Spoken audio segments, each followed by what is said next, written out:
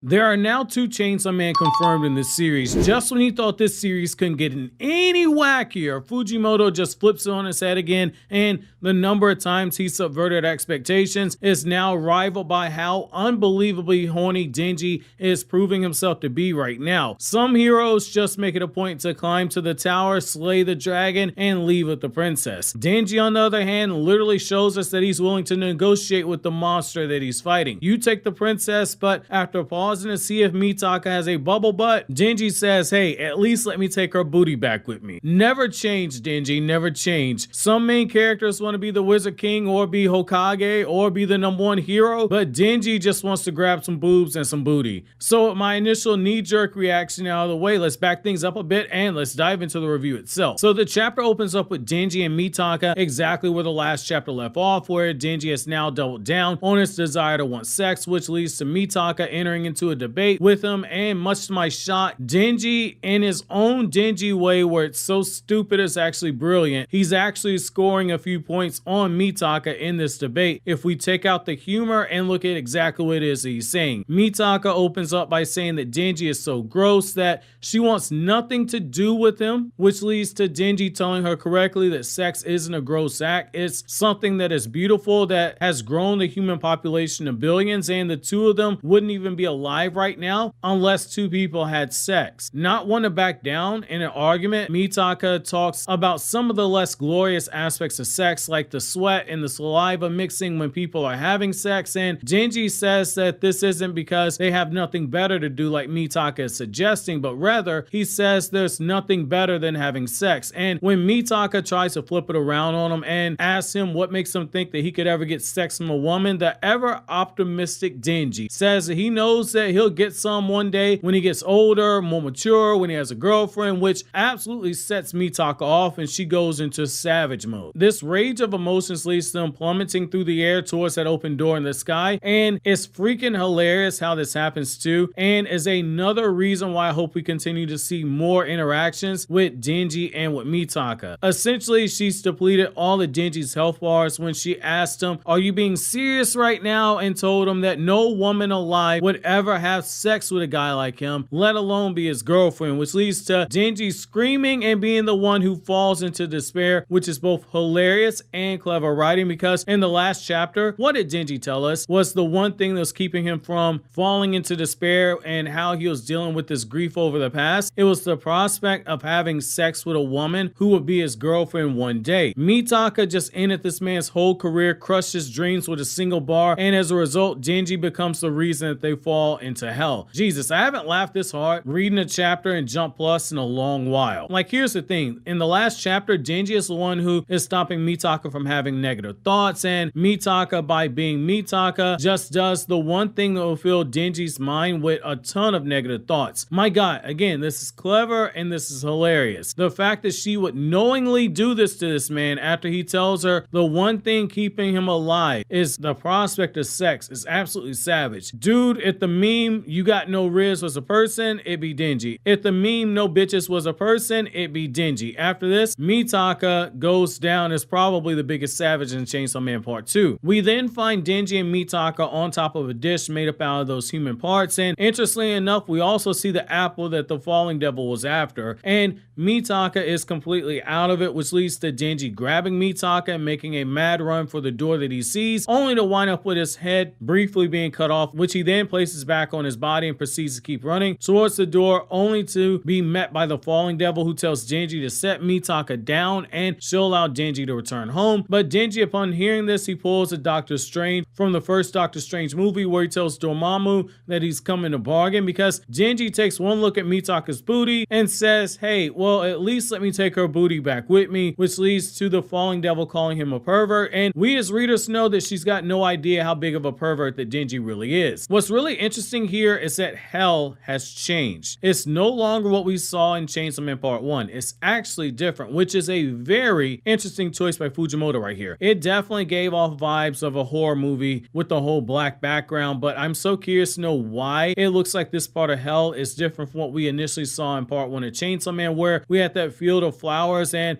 it was much brighter and we saw a lot more doors. It has me wondering if Fujimoto is going to be going with the concept that there are multiple levels and layers to hell, and we just happen to be in a different level, which would make a lot of sense when you think about it. Now, going back to the Denji panel though, now that we're in the process of unpacking the chapter, I can stop the jokes for a second and say that Denji's words here are an example of two things can be true at the same time. Is Denji absolutely horny? You better believe it. However, Denji is also referring to Mitaka when he's saying, can I take her behind back with me? Which I have to say the word behind due to not wanting to piss off YouTube for using the A word more than once in the video after already saying the B word and the H word a few times. Look, Denji is pulling the Chainsaw Man cord when he's saying this, so he clearly is ready to throw down right now. This is just Denji essentially being Denji, and the wording is both hilarious and crude, which again, that's what you would expect from a character like Denji. It's still going to be one of those chapters where if you show someone this panel out of context, they're immediately going to get the wrong idea about the series.